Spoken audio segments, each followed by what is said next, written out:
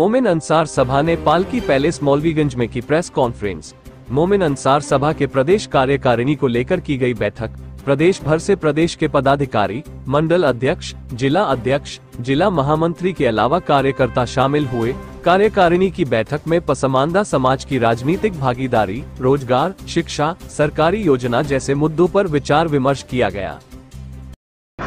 आज मोमिन समाज ने आपकी बैठक करी, बैठक करने के बाद जोड़ा गया, कैसे देखते क्या कहना चाहेंगे? आज मोमिन अंसार सभा की प्रदेश कार्यकारिणी की बैठक यहाँ मौलवीगंज लखनऊ में राष्ट्रीय कार्यालय में संपन्न हुई है, जिसमें हमारे साथ हमारे बीच में मेराजुद्दीन अंसारी साहब मेरठ से, इमानुद्दीन अंसारी साहब कुशीनगर से, हमारे साथ इमरान अहमद राजू साहब लखीमपुर से, हमारे मोमिन राइन सभा के प्रदेश के महामंत्री नसीम साहब, और हमारे बीच में लखीमपुर के हमारे लखनऊ प्रदेश मत के शाकिर अली साहब, और लाले अंसारी साहब, अनवर जमात साहब अमेठी से यहाँ पर, और दिल्ली से हमारे डॉक्टर आतिफ साहब यहाँ पे आए, और तमाम यहाँ पर हमारे पदाधिकारी मौजूद हैं। आज यहाँ पर जो बैठक हुई थी वो बैठक के अंदर अहम मसाइल थे, क्योंकि ये चुनाव के बाद ही पहली मीटिंग थी। उसमें ये तय किया गया कि आखिर हम मोमिन अंसार सभा ने किस तरह काम किया है, उसको क्या उपलब्धियाँ हासिल हुई हैं या क्या नुकसानात हुए हैं। तो उसमें ये निकल के आया है कि मौजूदा वक्त में बहुत सारे मसले हैं, जैसे कहीं पे वक्फ का मामला चल रहा है, कभी बात आती है, कभी नज़ूल की बात आती है, तो कभी किसी तरह के भाषणबाजी है कि अलग अलग भाषण आते हैं। तो उसके ऊपर ये कहा गया है, आज ये तय किया गया है कि मोमिन अंसार सभा ने सभी अहदेदारों ने एक साथ ये कहा कि हम लोगों को इससे ऊपर उठ के काम करना होगा, क्योंकि सबसे पहले जो पसमानदा मुसलमान है या मुसलमान है, उसको परेशानी किसकी है? रोज़गार, शिक्षा और सुरक्षा की है, और ख़ास करके राजनीति में बहुत पीछे है, उसको राजनीतिक भागीदारी कैसे दी जाए। तो ये हुआ है कि तमाम तरह के हमें बयानात से और भाषणों से ऊपर उठकर हमें रोज़गार, शिक्षा, सुरक्षा और राजनीतिक भागीदारी पे काम करना होगा। इसी के तहत पूरे प्रदेश में आज इस मिशन को लेकर सब लोग गए, इस पर काम करेंगे। अंसारी साहब, जिस तरह से जो है कौम की बात कही है कि कहीं ना कहीं कमज़ोर नज़र आता है, तो आप लोगों का भागीदारी क्या रहेगी कि उन लोगों को जहाँ पर कोई सफलताएँ आती हैं या कोई सरकार की तरफ से और चीज़ें निकल के सामने आती हैं मुसलमानों के लिए, वहाँ तक पहुँच नहीं पाते हैं? तब कोई ऐसा संगठन बनाए कि घर घर जाके या उनको बुला करके कोई ऐसे समझाया जाए कि ये आप लोग के लिए सुविधाएँ निकली हैं? हाँ जी, बिल्कुल, बहुत अच्छी बात है, क्योंकि आज इसके ऊपर अहम मसले पर बात हुई है, जिसमें सारे हमारे ज़िला अध्यक्षों ने, मंडल अध्यक्षों ने या प्रदेश पदाधिकारियों ने बात की है। तमाम मसले हैं, जिसमें ख़ास करके सरकारी योजनाएँ हैं। सरकारी योजनाओं का जो फ़ायदा है वो कहीं से जो पसमानदा मुसलमान या गरीब मुसलमान है या जो कम पढ़ा लिखा, उसको नहीं मालूम होता है कौन सी योजना चल रही है।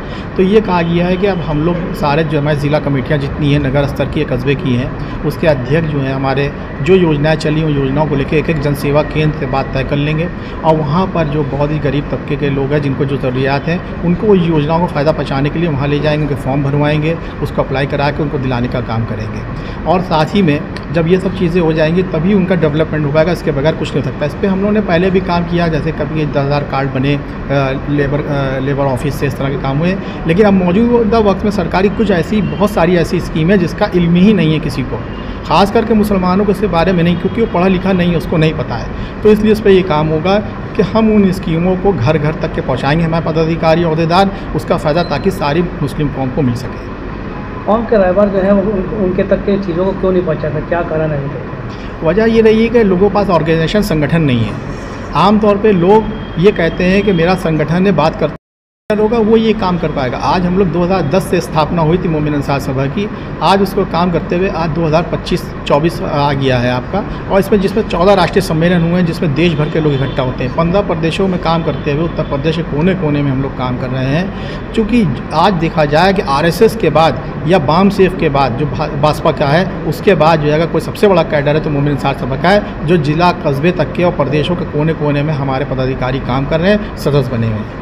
अब कौम की बात करें, BJP की बात करें, सपा की बात करें, बसपा की बात करें, हम लोग जो है मोमिन समाज की बात तो करते हैं, मगर उनको हिस्सा देने की बात नहीं करते हैं। कैसे देखते हैं सर? देखिए, आमतौर पर सभी राजनीतिक पार्टियों ने जो पसमानदा समाज है, जो पसमानदा कौमें जितनी हैं, उनके लिए काम नहीं किया। उनको हमेशा एक नारे में उलझा के रखा है कि जो है तुम्हारा अगर भाजपा आ जाएगी तो तुम्हारा क्या होगा।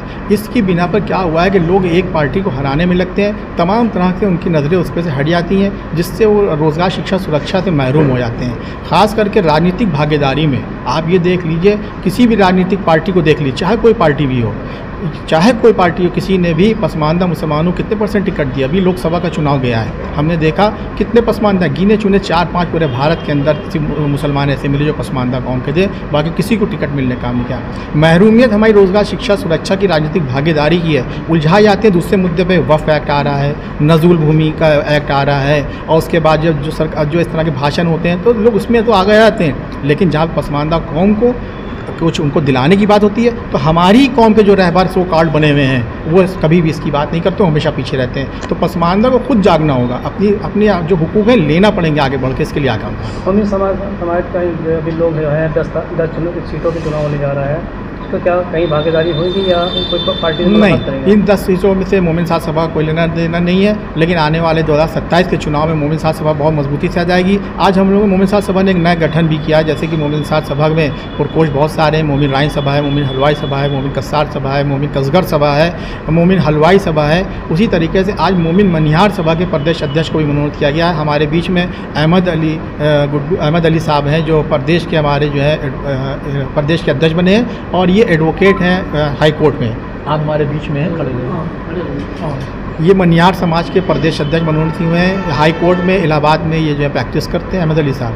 तो इस तरह से हमने सभी पसमानदा कौमों को उनका अधिकार हुकूक दिलाने के लिए सभी पसमानदा कौमों एकजुट होकर काम कर रही है, जो अपनी अपनी ताकत से लग के मोमिन साथ सभा के बैनर तले हम लोग काम कर रहे हैं। क्योंकि हम लोग को लगता है कि जब पसमानदा कौमों को उनका राजनीतिक हिस्सेदारी मिल जाएगी तो कामयाबी मिलेगी। अभी ऐसी बहुत सारी पसमानदा कौमें हैं जिनको अभी तक के तो उन्होंने विधानसभा का मुँह ही नहीं देखा है।